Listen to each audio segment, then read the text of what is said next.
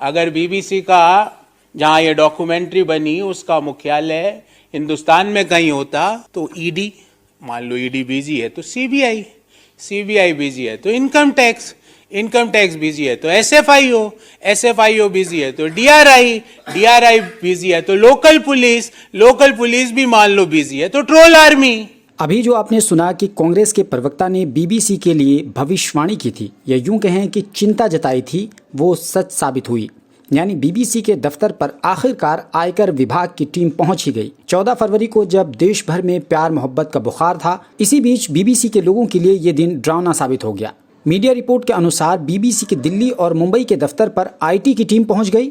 वैसे तो तकनीकी तौर पर इसे सर्वे कहा गया है, लेकिन आम लोग इसको छापा ही कह देते हैं। फिलहाल करीब 15 से 20 अधिकारी बीबीसी के दफ्तरों पर जांच पड़ताल कर रहे हैं।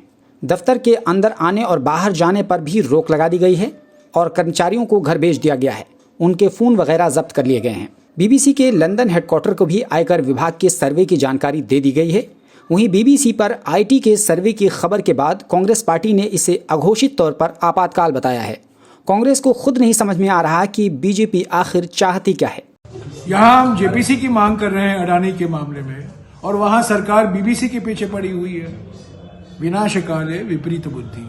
ये तो रही खबर कि बीबीसी के दफ्तरों पर आईटी विभाग के सर्वे की कार्रवाई की गई है, लेकिन सवाल ये है कि आखिर ये सर्वे क्यों किए जा रहे हैं। तो इसका जवाब ये है कि बीबीसी पर वित्तीय गड़बड़ी का आरोप है, लेकिन विपक्ष और देश की गतिविधियों पर बारीकी से नजर रखने वाले इस कार्रवाई को बीबीसी की उस डॉक्यूमेंट्री से जोड़कर देख रहे हैं जो कुछ दिनों पहले जारी की गई थी, जिसमें गुजरात के दंगों के लिए तत्कालीन मुख्यमंत्री नरेंद्र मोदी को उसका जिम्मेदार बताया गया था। बीबीसी की एक डॉक्यूमेंट्री आई जिसपे प्रधानमंत्री मोदी और गुजरात दंगों को लेकर कुछ सवाल उठाए गए, कुछ आक्षेप लगाए गए।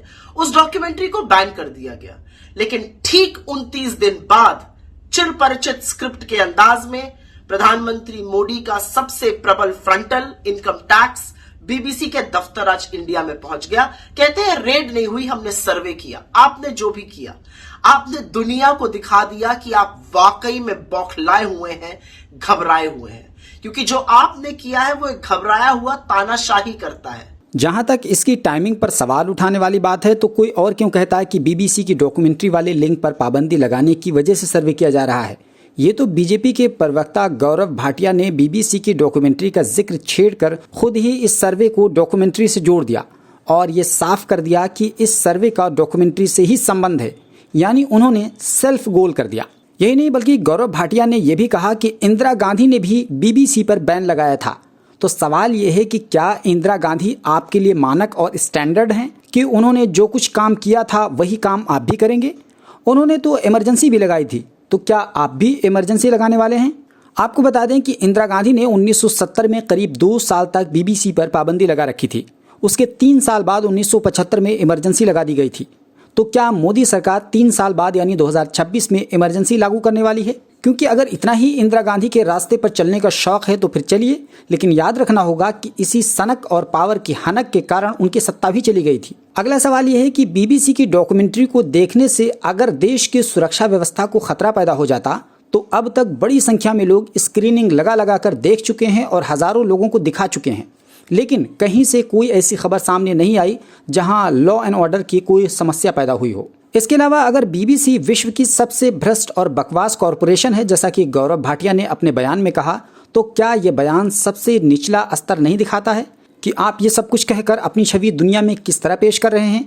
क्योंकि बीबीसी एक क्रेडिबल मीडिया हाउस माना जाता है, और अगर आपके नज़दीक बीबीसी की कोई क्रेडिबिलिटी नहीं है तो फिर उसके द्वारा बनाए गए डॉक्यूमेंट्री को लोगों को देखने दीजिए। उससे इतनी परेशानी क्यों है? आपने इस देश के अधिकांश मीडिया को चरण चुंबक बनाने का काम किया है। आप उनसे कहिएगा बैठ जाओ तो वो लौटने को तैयार है। लेकिन अब आपने जो बीबीसी के साथ किया है वो आपका असली चाल चरित्र और चेहरा दिखाता है। वो दिखाता है कि 22 अप्रैल 2014 को जब गुजरात के मुख्यमंत्री और इस देश की प्रधानमंत्री बनने की होड़ में नरेंद्र मोदी ने कहा था कि मीडिया स्वतंत्र होना चाहिए, मीडिया को डरना नहीं चाहिए, और अगर कभी मीडिया डरा तो मैं उनके साथ खड़ा रहूंगा। आपके एक्शंस उसके बिल्कुल विपरीत हैं।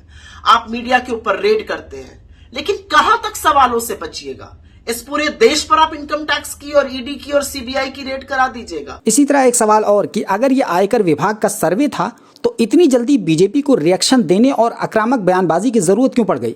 इससे पता चलता है कि दाल में कुछ जरूर काला है। जबकि अडानी ग्रुप के कथित घोटाले पर बीजेपी के नीचे से ऊपर तक सभी को साफ सूंघ गया था। बात अगर अडानी की आ गई है तो अभी तक अडानी के दफ्तर पर ईडी, सीबीआई और न ही इनकम टैक्स वगैरह की कोई एंट्री हुई है। जबकि हिंडनबर्ग की रिपोर्ट के बाद अडानी के शेयर में भूचाल सा आ गया है, बल्कि उल्टा सरकार उसका बचाव करने में उतर आई। इसको देखते हुए लोगों ने तंज में ये कहना शुरू कर दिया कि हो सकता है इन एजेंसीज को अडानी ग्रुप के दफ्तर का पता ही ना मालूम हो। आज देश आपसे कुछ सवाल पूछ रहा है, चाहे वो अडानी पर हो, चाहे वो बेरोजगारी पर हो, चाहे वो महंगाई पर हो, चाहे वो गरीबी पर हो, चाहे वो आर्थिक असमानता पर हो, चाहे वो बुलडोजर चलाने वाली उन सरकारों पर हो जिसको आप तथाकथित डबल इंजन की कहते हैं। लेकिन आप पर अब मुझे तरस आने लगा है, क्योंकि आप एक बौखलाए हुए, घबराए हुए तानाशाह हैं। What you're doing, Mr. Modi, is what people do when they panic. I pity you. मुझे तरस आता है आप पर कि आपको बीबीसी के दफ्तर पर एक रेड और एक सर्च, जो भी आप कहना चाहिए, करानी पड़ी, क्योंकि सवालों से आप बौखला गए थे। आने वाले दिनों में दिल्ली के अंदर G20 की मीटिंग होने वाली है। ऐसे में एक ऐसे देश की मीडिया हाउस को निशाना बनाया जा रहा है जिसके प्रतिनिधि G20 का हिस्सा हैं। खास बात यह है कि बीबीसी इंग्लैंड का पब्लिक फंडिंग से चलने वाला मीडिया ग्रुप है। तो क्या इस पर इंग्लैंड के विदेश मंत्रालय की नजर नहीं होगी और ये वहां के आम लोगों से जुड़ा हुआ मुद्दा नहीं होगा? वहीं दुनिया भर में प्रेस फ्रीडम इंडेक्स में भारत का नंबर वैसे ही 150वें नंबर पर आता है। क्या हम नॉर्थ कोरिया की तरह एकदम नीचे रहना पसंद करते हैं जहां प्रेस फ्रीडम बिल्कुल भी नहीं है? यही नहीं बल्कि ये और इस जैसे ढेरों सवाल आम लोगों के जहनों में कौंध रहे हैं, लेकिन ना तो कोई सवाल करने वाला है और ना ही हमारी सरकार के पास किसकी कोई जवाबदेही है। हालांकि editor guilds, press club of India, Mumbai press club वगैरह ने इसकी आलोचना जरूर की है, लेकिन बीजेपी सरकार के लिए इन संस्थानों की आवाज उठाने और बोलने से कोई फर्क नहीं पड़ता। शायद इसी को सत्ता का नशा कहते हैं, क्योंकि जब किसी को पावर मिल जाता है तो उसकी बोली, भाषा, अंदाज और लहजा सब कुछ बदल जाता है।